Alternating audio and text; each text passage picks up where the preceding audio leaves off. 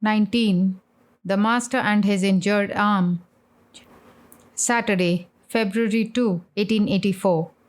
It was 3 o'clock in the afternoon. Sri Ramakrishna had been conversing with Rakhal, Mahimacharan, Hazra, and other devotees when M entered the room and saluted him. He brought with him splint, pad, and lint to bandage the Master's injured arm. One day, while going toward the pine grove, Sri Ramakrishna had fallen near the railing and dislocated a bone in his left arm. He had been in an ecstatic mood at the time, and no one had been with him. Master to M. Hello, what was ailing you? Are you quite well now? M. Yes, sir, I am all right now. Master to Mahima. Well, if I am the machine and God is its operator, then why should this have happened to me? The Master was sitting on the couch, listening to the story of Mahimacharan's pilgrimage. Mahima had visited several holy places 12 years before. Mahima. I found a brahmachari in a garden at Sikhrole in Banaras. He said he had been living there for 20 years but did not know its owner. He asked me if I worked in an office. On my answering in the negative, he said, Then are you a wandering holy man? I saw a sadhu on the bank of the Narmada. He repeated the Gayatri mentally. It so thrilled him that the hair on his body stood on end.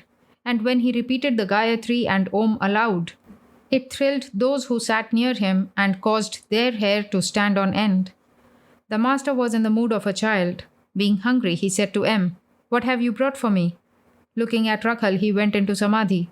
He was gradually coming down to the normal plane. To bring his mind back to the consciousness of the body, he said, I shall eat some jilipi. I shall drink some water. Weeping like a child, he said to the Divine Mother, O Brahmamai, O Mother, why hast thou done this to me? My arm is badly hurt. To the devotees, will I be all right again? They consoled him as one would a child and said, Surely you will be quite well again. Master to Rakhal, you aren't to blame for it, though you are living here to look after me. For even if you had accompanied me, you certainly wouldn't have gone up to the railing. The Master again went into a spiritual mood and said, Om, Om, Om. Mother, what is this that I am saying? Don't make me unconscious, Mother, with the knowledge of Brahman. Don't give me Brahmagnana. I am but thy child. I am easily worried and frightened. I want a mother. A million salutations to the knowledge of Brahman. Give it to those who seek it. O Anandamayi, O blissful mother.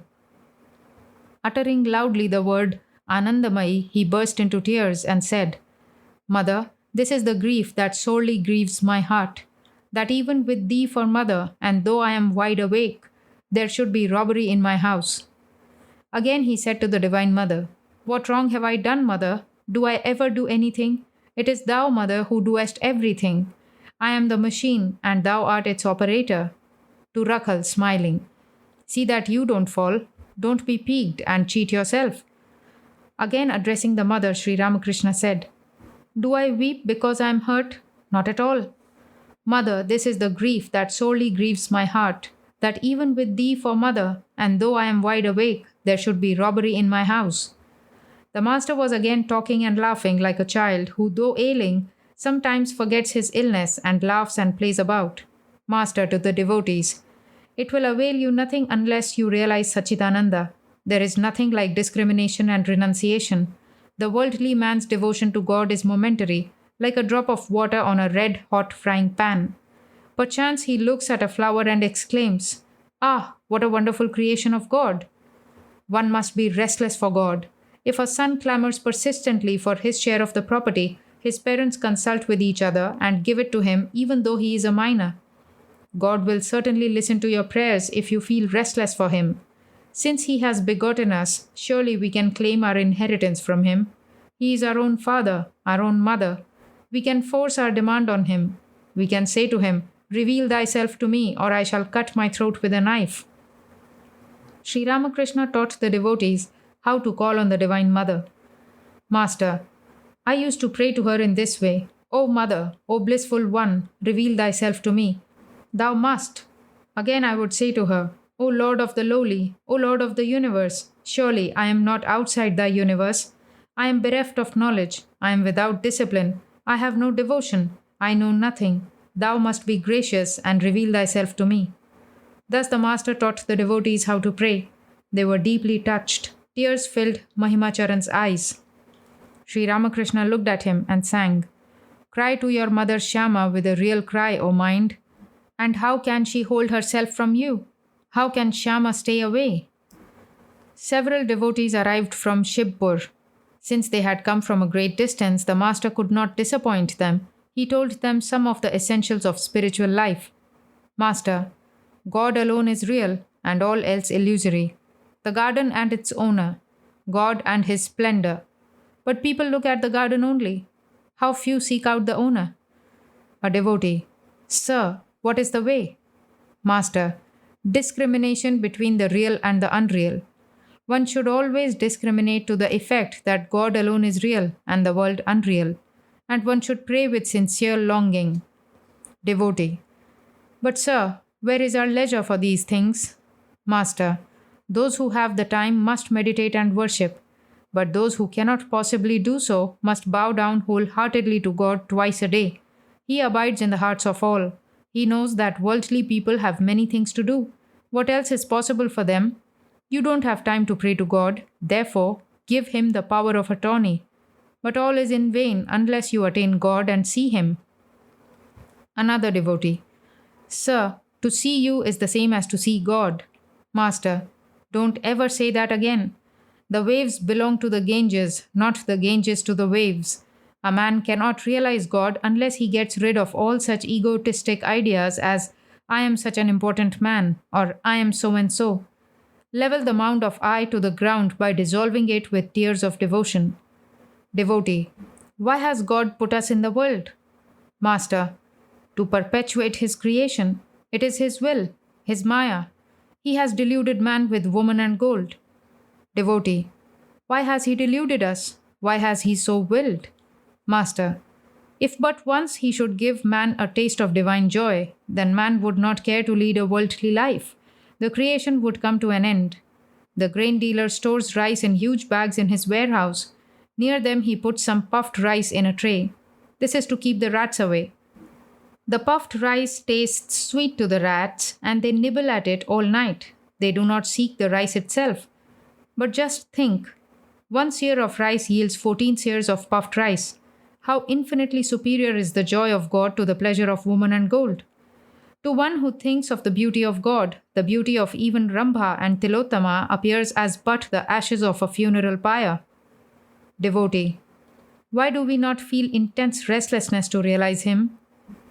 Master, "A man does not feel restless for God until all his worldly desires are satisfied. He does not remember the mother of the universe until his share of the enjoyment of woman and gold is completed. A child absorbed in play does not seek his mother, but after his play is over, he says, 'Mother, I must go to my mother.' Hriday's son was playing with the pigeons, calling to them, 'Come, tea, tea.'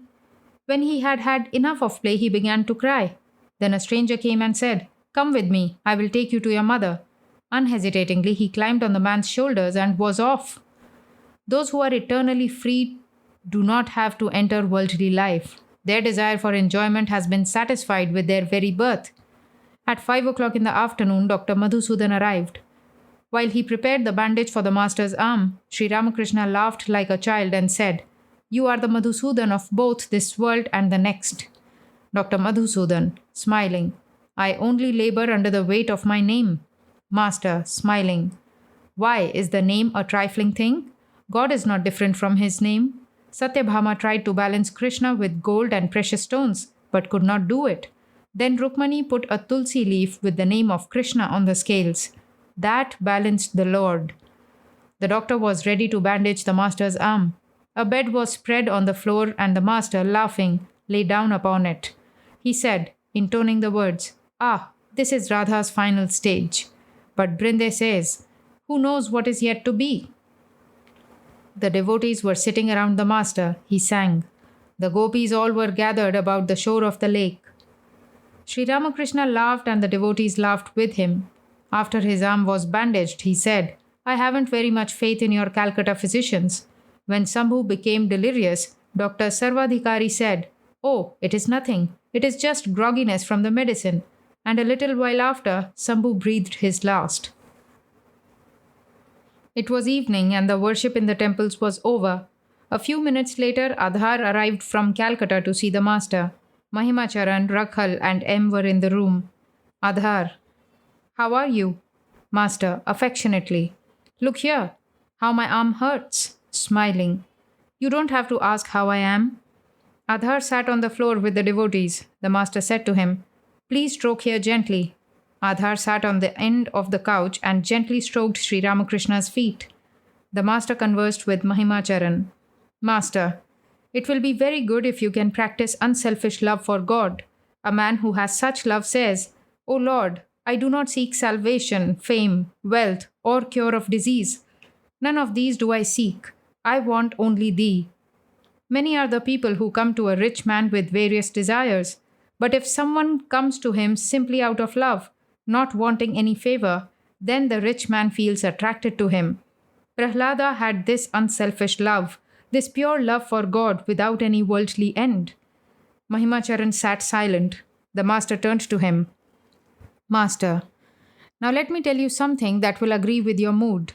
According to the Vedanta, one has to know the real nature of one's own self. But such knowledge is impossible without the renunciation of ego. The ego is like a stick that seems to divide the water in two. It makes you feel that you are one and I am another. When the ego disappears in samadhi, then one knows Brahman to be one's own inner consciousness. One must renounce the I that makes one feel, I am Mahima Chakravarti, I am a learned man, and so on. But the ego of knowledge does not injure one. Shankaracharya retained the ego of knowledge in order to teach mankind. One cannot obtain the knowledge of Brahman unless one is extremely cautious about women. Therefore, it is very difficult for those who live in the world to get such knowledge. However clever you may be, you will stain your body if you live in a sooty room.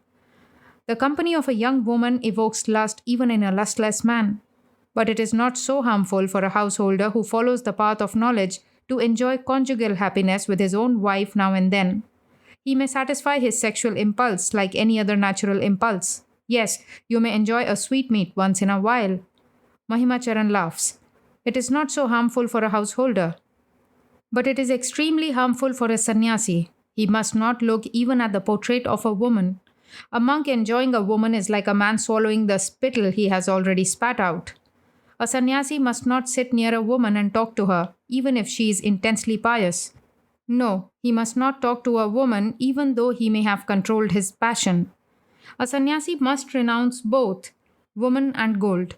As he must not look even at the portrait of a woman, so also he must not touch gold, that is to say, money. It is bad for him even to keep money near him, for it brings in its train calculation, worry, insolence, anger, and such evils. There is an instance in the sun. It shines brightly. Suddenly, a cloud appears and hides it. That is why I didn't agree to the Marwaris depositing money for me with Hriday. I said, no, I won't allow even that. If I keep money near me, it will certainly raise clouds. Why all these strict rules for a sannyasi? It is for the welfare of mankind as well as for his own good. A sannyasi may himself lead an unattached life and may have controlled his passion, but he must renounce woman and gold to set an example to the world. A man will have the courage to practice renunciation if he sees 100% renunciation in a sannyasi. Then only will he try to give up woman and gold. If a sannyasi does not set this example, then who will? One may lead a householder's life after realizing God. It is like churning butter from milk and then keeping the butter in water. Janaka led the life of a householder after attaining Brahmagnana. Janaka fenced with two swords, the one of jnana and the other of karma. The sannyasi renounces action, therefore he fences with one sword, only that of knowledge. A householder endowed with knowledge like Janaka's can enjoy fruit both from the tree and from the ground. He can serve holy men, entertain guests, and do other things like that. I said to the Divine Mother, O Mother, I don't want to be a dry sadhu. After attaining Brahmagnana, one does not have to discriminate even about food. The rishis of olden times, endowed with the knowledge of Brahman and having experienced divine bliss, ate everything, even pork. To Mahima. Generally speaking, there are two kinds of yoga, Karma Yoga and Mano Yoga. that is to say, union with God through work and through the mind. There are 4 stages of life: Brahmacharya, Grahastya, Vanaprastha, and Sannyas. During the first 3 stages, a man has to perform his worldly duties. The sannyasi carries only his staff, water pot, and begging bowl. He too may perform certain nitya karma, but his mind is not attached to it. He is not conscious of doing such work. Some sannyasis perform nitya karma to set an example to the world. If a householder or a man belonging to the other stages of life performs action without attachment, then he is united with God through such action. In the case of a Paramahamsa like Shukadeva, all karmas, all puja, japa, tarpan, sandhya, and so forth drop away. In this state, a man communes with God through the mind alone. Sometimes he may be pleased to perform outward activities for the welfare of mankind, but his recollection and contemplation of God remain uninterrupted. It was about 8 o'clock in the evening. Sri Ramakrishna asked Mahimacharan to recite a few hymns from the scriptures.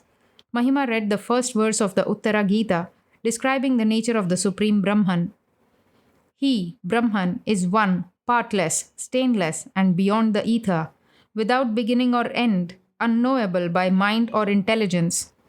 Finally, he came to the 7th verse of the 3rd chapter, which reads, "The twice-born worships the deity in fire.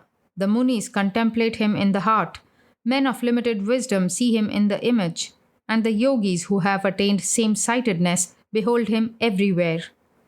No sooner did the master hear the words, "the yogis who have attained same-sightedness," than he stood up and went into samadhi, his arm supported by the splint and bandage.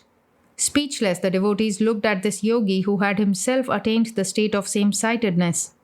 After a long time, the master regained consciousness of the outer world and took his seat. He asked Mahima to recite verses describing the love of God. The latter recited from the Narada Pancharatra. What need is there of penance if God is worshipped with love? What is the use of penance if God is not worshipped with love? What need is there of penance if God is seen within and without? What is the use of penance if God is not seen within and without? O Brahman, O my child, cease from practicing further penances. Hasten to Shankara, the ocean of heavenly wisdom. Obtain from him the love of God, the pure love praised by devotees, which snaps in twain the shackles that bind you to the world. Master, ah, ah. On hearing these verses, the master was about to go again into an ecstatic mood, but he restrained himself with effort. Mahima read from the Yati Panchaka.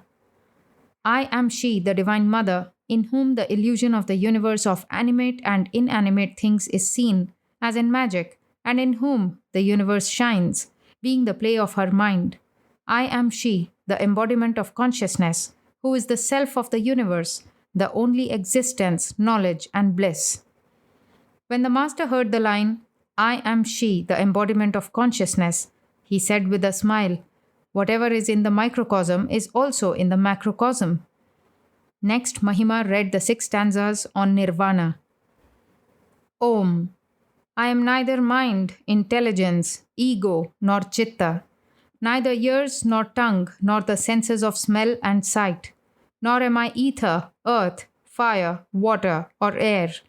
I am pure knowledge and bliss. I am Shiva. I am Shiva. I am neither the prana nor the 5 vital breaths, neither the 7 elements of the body nor its 5 sheaths, nor hands nor feet nor tongue, nor the organs of sex and voiding. I am pure knowledge and bliss. I am Shiva. I am Shiva.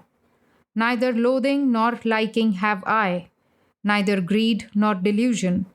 No sense have I of ego or pride, neither dharma nor moksha, neither desire of the mind nor object for its desiring. I am pure knowledge and bliss. I am Shiva. I am Shiva.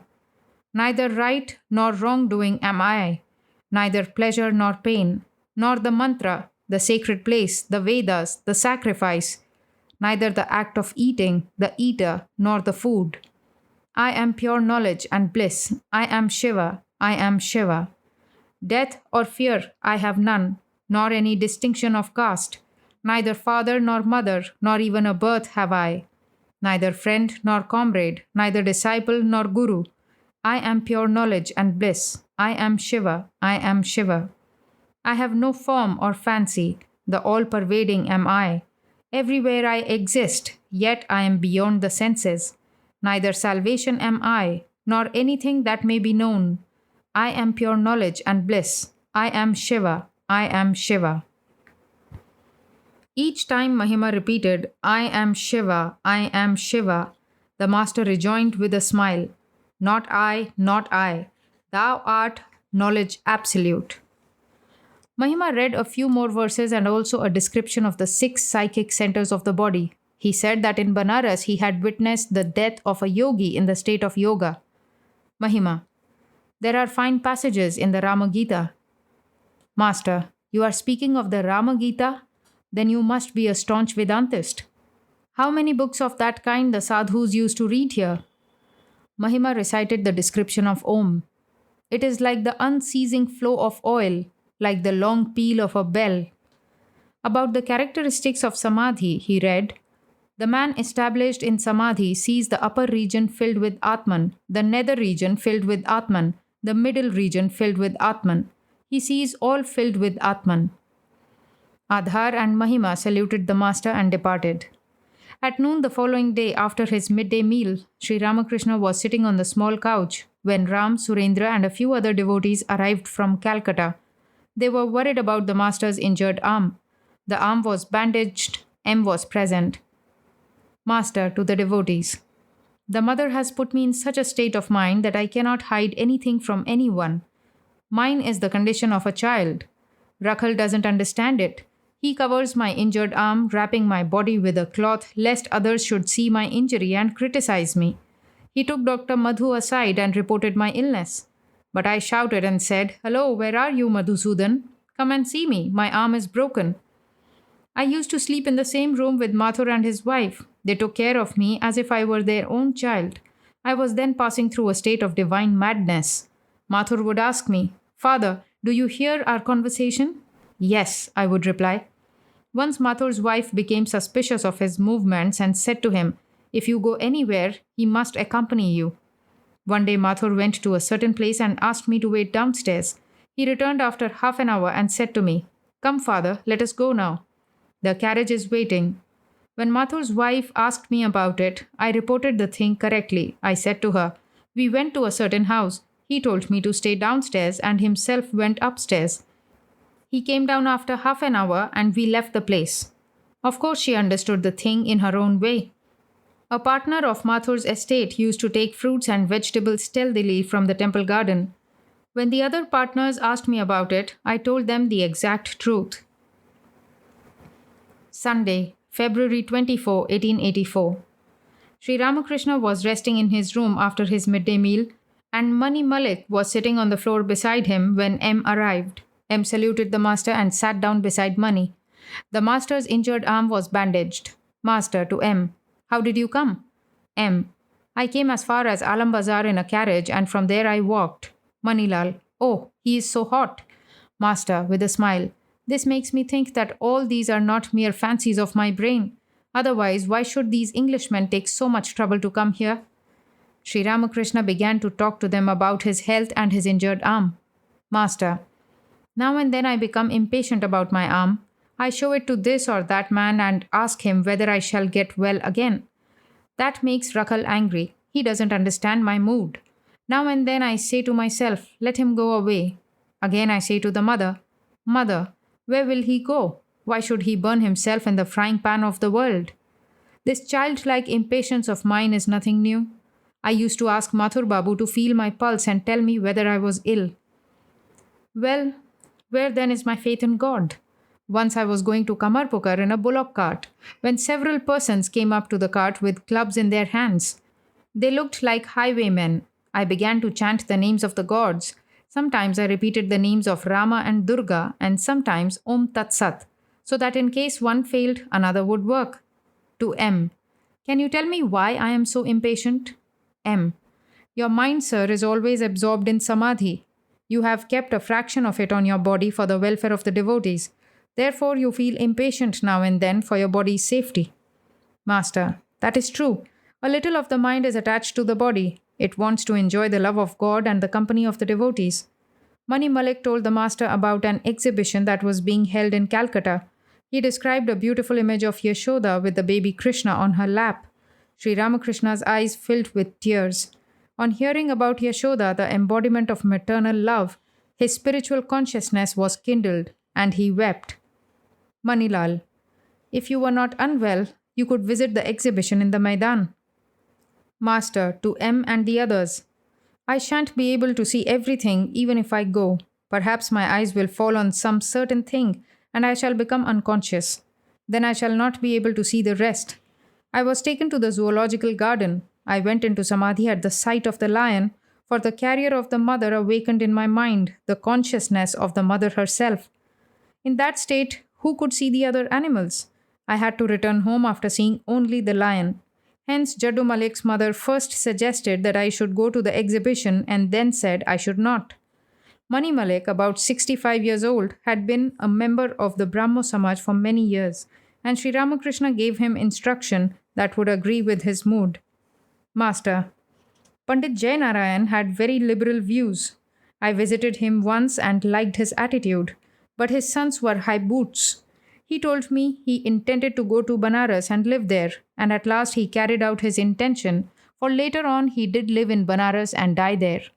When one grows old, one should retire like Jainarayan and devote oneself to the thought of God. What do you say? Manilal, true sir, I don't relish the worries and troubles of the world. Master, Gauri used to worship his wife with offerings of flowers. All women are manifestations of the Divine Mother. To Manilal, please tell them that little story of yours. Manilal, smiling. Once several men were crossing the Ganges in a boat. One of them, a Pandit, was making a great display of his erudition, saying that he had studied various books, the Vedas, the Vedanta, and the 6 systems of philosophy. He asked a fellow passenger, do you know the Vedanta? No, revered sir. The Samkhya and the Patanjala? No, revered sir.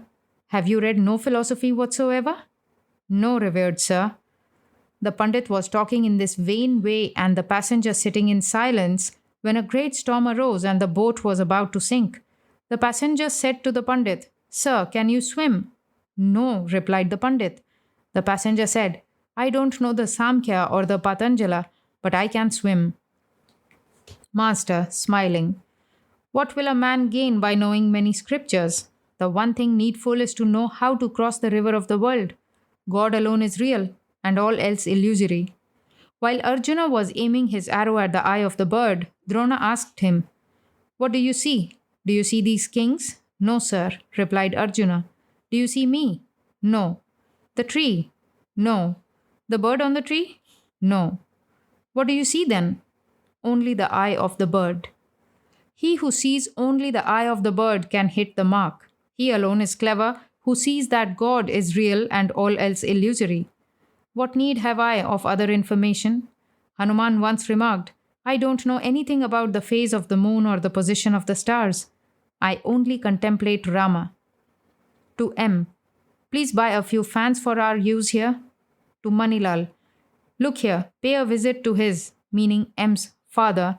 The sight of a devotee will inspire you. To M.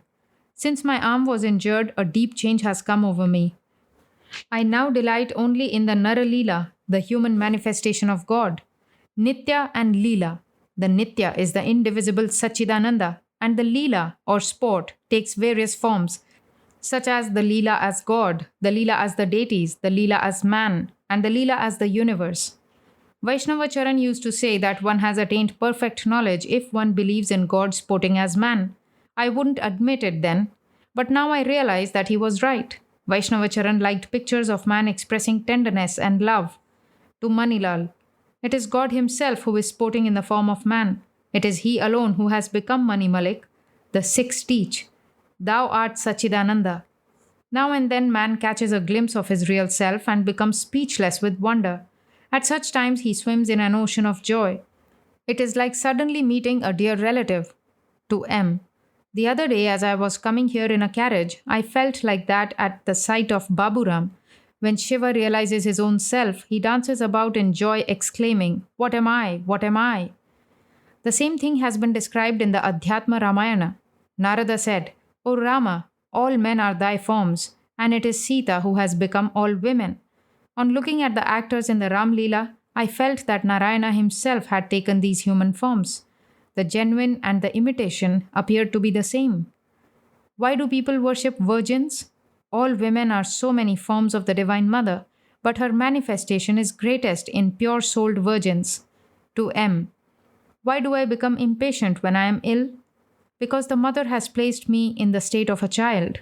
The child depends entirely on its mother. The child of the maidservant, when he quarrels with the child of the master, says, I shall tell my mother. I was taken to Radha Bazar to be photographed. It had been arranged that I should go to Rajendra Mitra's house that day. I heard that Keshav would be there. I planned to tell them certain things, but I forgot it all when I went to Radha Bazar. I said, O mother, thou wilt speak. What shall I say? I have not the nature of a jnani. He considered himself great. He says, What? How can I be ill? Kaur Singh once said to me, You still worry about your body. But it is my nature to believe that my mother knows everything. It was she who would speak at Rajendra Mitra's house. Hers are the only effective words. One ray of light from the goddess of wisdom stuns 1,000 scholars. The mother has kept me in the state of a bhakta, a vijnani. That is why I joke with Rakhal and the others. Had I been in the condition of a jnani, I couldn't do that. In this state, I realize that it is the mother alone who has become everything. I see her everywhere. In the Kali temple, I found that the mother herself had become everything, even the wicked, even the brother of Bhagavad Pandit. Once I was about to scold Ramlal's mother, but I had to restrain myself. I saw her to be a form of the Divine Mother. I worship virgins because I see in them the Divine Mother. My wife strokes my feet, but I salute her afterwards. You salute me by touching my feet, but had Hriday been here, who would have dared to touch them? He wouldn't have allowed anyone to do it. I have to return your salutes because the mother has placed me in a state in which I see God in everything. You see, one cannot exclude even a wicked person. A tulsi leaf, however dry or small, can be used for worship in the temple. Sunday, March 2, 1884. Sri Ramakrishna was sitting on the small couch in his room listening to devotional music by Trailokya Sanyal of the Brahmo Samaj. He had not yet recovered from the effects of the injury to his arm, which was still supported by a splint. Many devotees, including Narendra, Surendra, and M, were sitting on the floor. Narendra's father, a lawyer of the High Court of Calcutta, had passed away suddenly. He had not been able to make provision for the family, which consequently faced grave financial difficulties. The members of the family sometimes had to go without food. Narendra was therefore passing his days in great anxiety. Trailokya sang about the Divine Mother. O Mother, I hide myself in thy loving bosom. I gaze at thy face and cry out, Mother, Mother. I sink in the sea of bliss and am lost to sense. In yoga sleep, I gaze with unwinking eyes upon thy face, powerless to turn away. O Mother, I am terrified by this world. My spirit trembles and cries out in fear. Keep me, sweet Mother, in thy loving bosom. Cover me with the spreading skirt of thy love. The master shed tears of love and cried out, Ah me, ah me. Trailokya sang again, O Lord, destroyer of my shame, who but thyself can save the honor of thy devotee? Thou art the ruler of my soul, my very life's support, and I am thy slave for evermore. He continued, Seeking a shelter at thy feet, I have forever set aside my pride of caste and race, O Lord, and turned my back on fear and shame. A lonely pilgrim on life's way, where shall I go for succor now? For thy sake, Lord, I bear men's blame. They rail at me with bitter words and hate me for my love of thee. Both friends and strangers use me ill. Thou art the guardian of my name. Thou mayest save or slay me, Lord. Upon the honor of thy servant rests, O Lord, thy name as well. Thou art the ruler of my soul, the glow of love within my heart. Do with me as it pleases thee. Once more he sang, Lord, thou hast taken me from home and made me captive with thy love. Shield me forever at thy feet, O thou beloved one. Upon the nectar of thy love, feed me both day and night, and save Premdas, who is thy slave. The master again shed tears of joy. He sang some lines from a song of Ramprasad. Glory and shame, bitter and sweet, are thine alone. This world is nothing but thy play. Then why, O blissful one, dost thou cause a rift in it? Addressing Trilokya, the master said, Ah, how touching your songs are! They are genuine. Only he who has gone to the ocean can fetch its water. Trilokya sang again. Thou it is that dancest, Lord, and thou that singest the song. Thou it is that clappest thy hands in time with the music's beat. But man, who is an onlooker merely, foolishly thinks it is he. Though but a puppet, man becomes a god if he moves with thee. Thou art the mover of the machine, the driver of the car. But man is weighted down with woe, dreaming that he is free. Thou art the root of everything, thou the soul of our souls. Thou art the master of our hearts. Through thine unbounded grace, thou turnest even the meanest sinner into the mightiest saint. The singing came to an end. The master engaged in conversation with the devotees. Master. God alone is the master, and again, he is the servant. This attitude indicates perfect knowledge. At first, one discriminates, not this, and feels that God alone is real and all else is illusory. Afterwards, the same person finds that it is God himself who has become all this, the universe, Maya, and the living beings. First, negation and then affirmation. This is the view held by the Puranas. A Vilva fruit, for instance, includes flesh, seeds, and shell. You get the flesh by discarding the shell and seeds.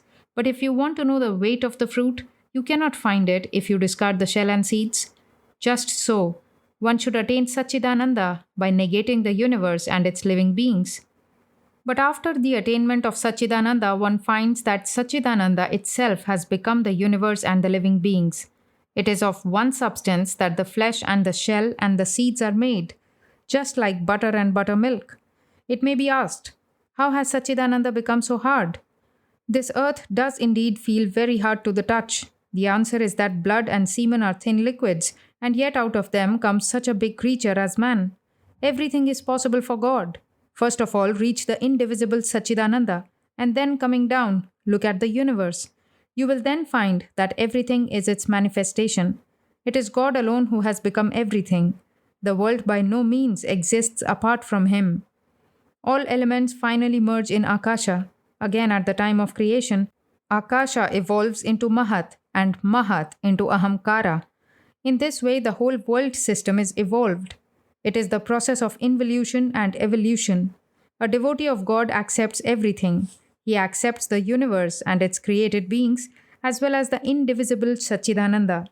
But the yogi's path is different. He does not come back after reaching the Paramatman, the Supreme Soul. He becomes united with it. The partial knower limits God to one object only. He thinks that God cannot exist in anything beyond that. There are three classes of devotees. The lowest one says, God is up there. That is, he points to heaven. The mediocre devotee says that God dwells in the heart as the inner controller. But the highest devotee says, God alone has become everything. All that we perceive is so many forms of God. Narendra used to make fun of me and say, yes, God has become all. Then a pot is God, a cup is God. Laughter. All doubts disappear when one sees God. It is one thing to hear of God, but quite a different thing to see him. A man cannot have 100% conviction through mere hearing, but if he beholds God face to face, then he is wholly convinced. Formal worship drops away after the vision of God. It was thus that my worship in the temple came to an end. I used to worship the deity in the Kali temple. It was suddenly revealed to me that everything is pure spirit. The utensils of worship, the altar, the door frame, all pure spirit.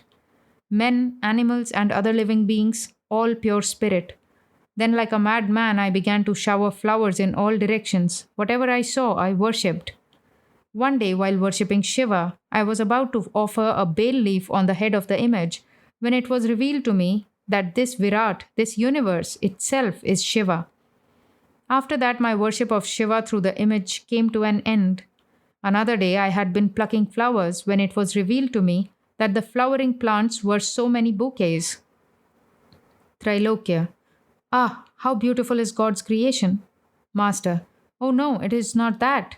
It was revealed to me in a flash. I didn't calculate about it. It was shown to me that each plant was a bouquet adorning the universal form of God. That was the end of my plucking flowers. I look on man in just the same way. When I see a man, I see that it is God Himself who walks on earth, as it were, rocking to and fro, like a pillow floating on the waves. The pillow moves with the waves. It bobs up and down. The body has indeed only a momentary existence. God alone is real. Now the body exists and now it does not. Years ago, when I had been suffering terribly from indigestion, Hriday said to me, "Do ask the mother to cure you." I felt ashamed to speak to her about my illness. I said to her, "Mother, I saw a skeleton in the Asiatic Society Museum. It was pieced together with wires into a human form. Oh, mother, please keep my body together a little, like that, so that I may sing thy name and glories." Why this desire to live?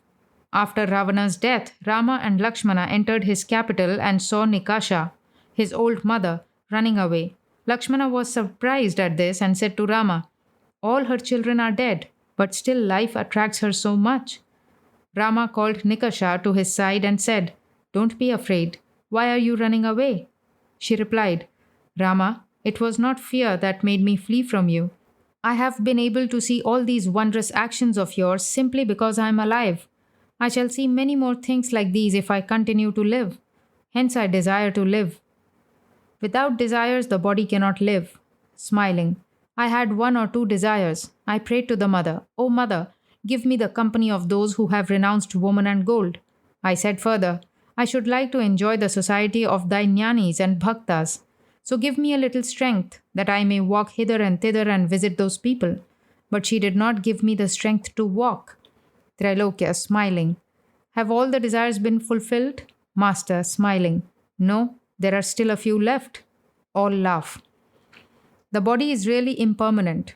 When my arm was broken, I said to the mother, "Mother, it hurts me very much." At once she revealed to me a carriage and its driver. Here and there a few screws were loose.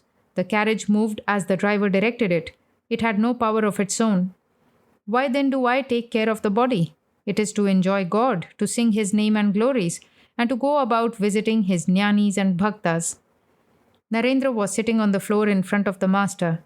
Master, to Trailokya and the other devotees, "The joys and sorrows of the body are inevitable. Look at Narendra. His father is dead, and his people have been put to extreme suffering. He can't find any way out of it. God places one sometimes in happiness and sometimes in misery." Trailokya, "Revered sir, God will be gracious to Narendra." Master, with a smile, "But when? It is true that no one starves at the temple of Annapurna in Banaras, but some must wait for the food till evening." Once Hriday asked Sambhu Malik for some money. Sambhu held the views of Englishmen on such matters. He said to Hriday, "Why should I give you money? You can earn your livelihood by working. Even now you are earning something. The case of a very poor person is different. The purpose of charity is fulfilled if one gives money to the blind or the lame." Thereupon Hriday said, "Sir, please don't say that. I don't need your money. May God help me not to become blind or deaf or extremely poor. I don't want you to give, and I don't want to receive."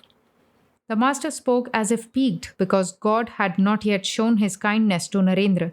Now and then he cast an affectionate glance at his beloved disciple. Narendra, "I am now studying the views of the atheists. Master, there are two doctrines, the existence and the non-existence of God. Why don't you accept the first?" Surendra, "God is just. He must look after his devotees." Master, "It is said in the scriptures that only those who have been charitable in their former births get money in this life. But to tell you the truth, this world is God's Maya, and there are many confusing things in this realm of Maya. One cannot comprehend them. The ways of God are inscrutable indeed. Bhishma lay on his bed of arrows. The Pandava brothers visited him in Krishna's company. Presently, Bhishma burst into tears. The Pandavas said to Krishna, "Krishna, how amazing this is! Our grandsire Bhishma is one of the 8 Vasus. Another man as wise as he is not to be found. Yet, even he is bewildered by Maya and weeps at death." "But," said Krishna, "Bhishma isn't weeping on that account. You may ask him about it." When asked, Bhishma said, "O Krishna, I am unable to understand anything of the ways of God. God himself is the constant companion of the Pandavas, and still they have no end of trouble. That is why I weep. When I reflect on this, I realize that one cannot understand anything of God's ways.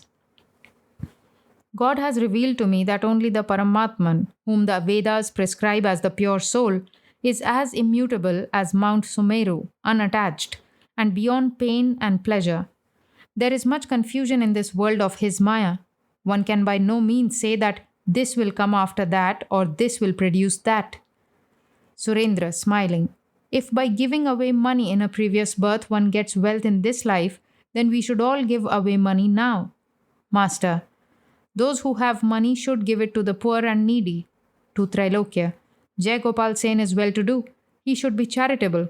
That he is not so is to his discredit. There are some who are miserly even though they have money.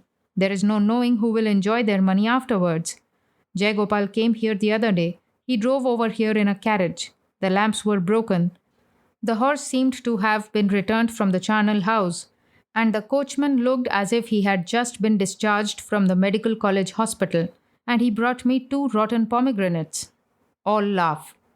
Surendra, Jai Gopal Babu belongs to the Brahmo Samaj. I understand that now there is not one worthwhile man in Keshav's organization. Vijay Goswami, Shivanath, and the other notables have organized the Sadharan Brahmo Samaj. Master, smiling. Govinda Adhikari, it is said, would not keep good actors in his theatre lest they should claim a share of the profit. All laugh. The other day I saw a disciple of Keshav. A theatrical performance was being given in Keshav's house, and I saw the disciple dancing on the stage with a child in his arms. I understand that this man delivers lectures. He had better lecture to himself. Trailokya sang. Upon the sea of blissful awareness, waves of ecstatic love arise, rapture divine, play of God's bliss. Oh, how enthralling! Wondrous waves of the sweetness of God, ever new and ever enchanting, rise on the surface, ever resuming, forms ever fresh. Then once more in the great communion all are merged, as the barrier walls of time and space dissolve and vanish. Dance then, O mind, dance in delight with hands upraised, chanting Lord Hari's holy name. Sri Ramakrishna requested Trailokya to sing the song beginning, O Mother, make me mad with thy love. Trailokya sang, O Mother, make me mad with thy love. What need have I of knowledge or reason? Make me drunk with thy love's wine. O thou who stealest thy bhaktas' hearts, drown me deep in the sea of thy love.